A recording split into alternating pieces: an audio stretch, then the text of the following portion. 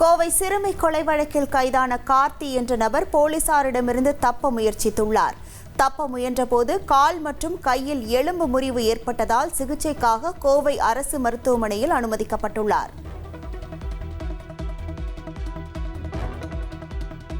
கோவை சிறுமி கொலை சம்பவத்தில் சாக்லேட் வாங்கி கொடுப்பதாக கூறி சிறுமியை இளைஞர்கள் அழைத்து சென்றதாக பகீர் தகவல் வெளியாகியுள்ளது.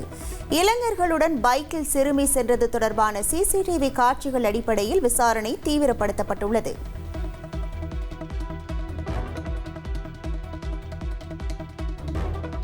சிறுமி கொலை வழக்கில் கைதான மோகன்ராஜ் என்பவருக்கு 4 நாட்கள் நீதிமன்ற காவல். வருகிற 27ஆம் தேதி வரை நீதிமன்ற காவல் விதித்து சூலூர் நீதித்துறை நடுவர் உத்தரவு. பாதிக்கப்பட்ட சிறுமியின் குடும்பத்தினருக்கு அமைச்சர் சம்பத் மற்றும் மாவட்ட ஆட்சியர் பவன்குமார் ஆறுதல் கூறினார்.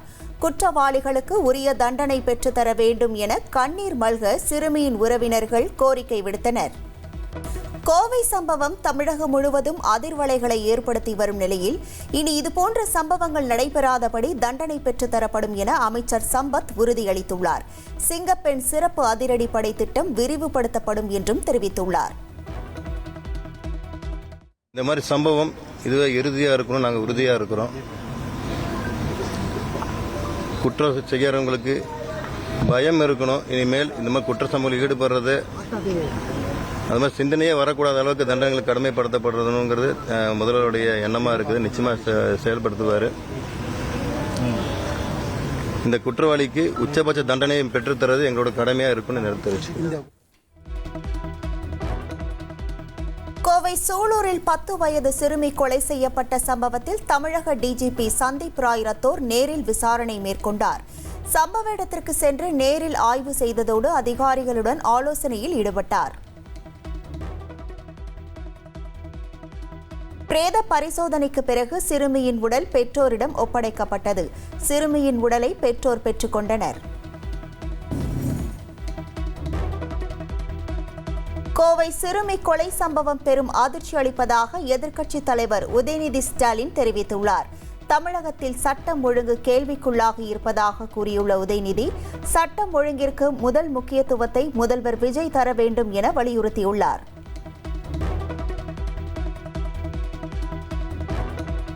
சிறுமி கொலை சம்பவத்தில் குற்றவாளிகளுக்கு தமிழக அரசு தூக்கு தண்டனை பெற்றுத்தர வேண்டும் என பாமக தலைவர் அன்புமணி ராமதாஸ் வலியுறுத்தியுள்ளார்.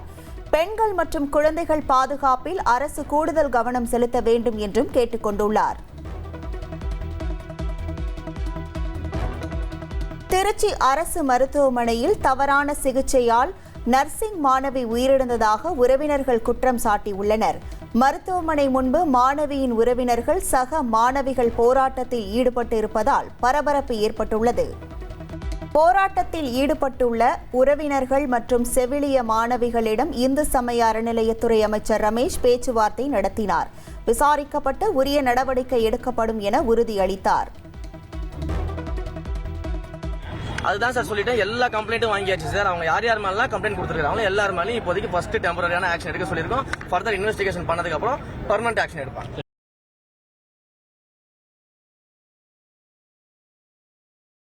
திருச்சி அரசு மருத்துவமனையில் மாணவி உயிரிழந்த விவகாரம் தொடர்பாக விசாரணை நடத்த சென்னை அரசு ராஜீவ்காந்தி மருத்துவமனை கண்காணிப்பாளர் பாஸ்கர் தலைமையில் விசாரணை குழு அமைக்கப்பட்டுள்ளது. உயிரிழந்த மாணவிக்கு வழங்கப்பட்ட சிகிச்சைகள் குறித்து உடனடியாக விசாரணை நடத்த உத்தரவிடப்பட்டுள்ளது. சென்னையில் ஆபரண தங்கம் விலை இன்று சவரனுக்கு 400 ரூபாய் குறைந்துள்ளது. 1 கிராம் தங்கம் 14,730 ரூபாய்க்கும், 1 சவரன் தங்கம் 1,17,840 ரூபாய்க்கும் விற்பனையாகிறது.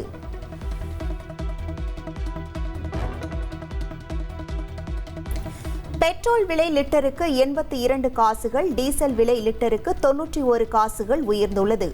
1 லிட்டர் பெட்ரோல் 105.31 ரூபாய்க்கும், டீசல் 96.98 ரூபாய்க்கும் விற்பனை செய்யப்படுகிறது.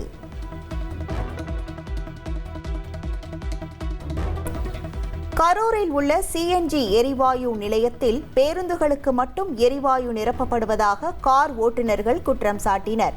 கார்கள் உள்ளிட்ட பிற வாகனங்களுக்கு எரிவாயு நிரப்பப்படாததால் 50க்கும் மேற்பட்ட கார்கள் நீண்ட வரிசையில் காத்திருந்தன.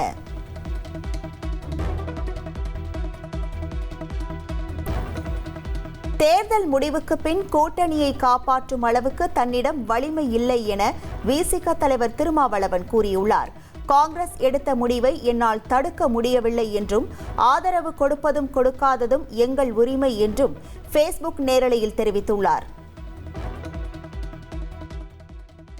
கூட்டணியை தேர்தல் முடிவுகளுக்கு பின்னர் இந்த கூட்டணியை என்னால் காப்பாற்றும் அளவுக்கான வலிமை இல்லை.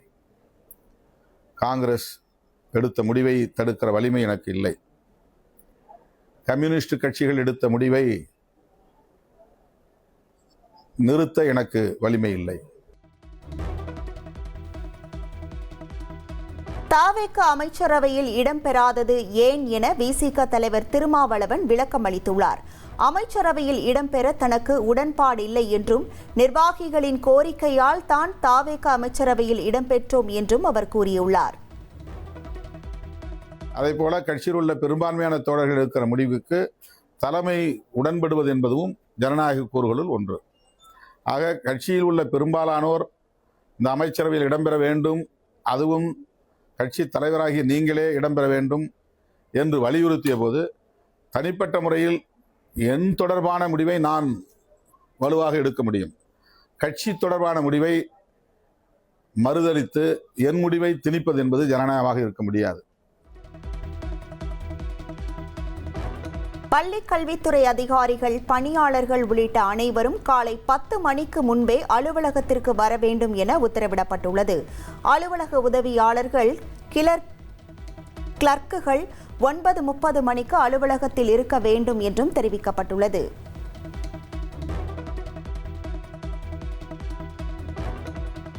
சென்னையில் கடந்த சில நாட்களாக வெப்பம் வாட்டி வதைத்த நிலையில் இன்று மேகமூட்டமாக காணப்படுகிறது. தரை காற்றும் அதிகரித்ததால் இதமான சூழல் நிலவுகிறது.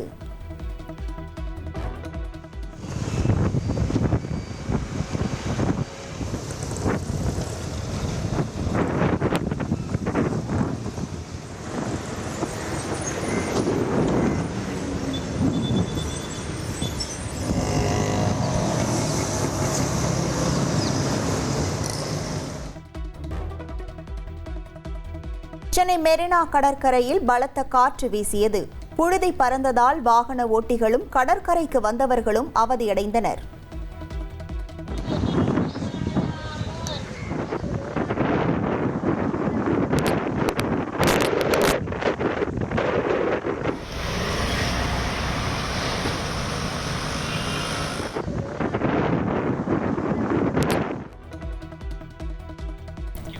பலத்த காற்று வீசி வருவதால் சென்னை மெரினா கடற்கரைக்கு பொதுமக்கள் செல்ல வேண்டாம் என எச்சரிக்கை விடுக்கப்பட்டுள்ளது.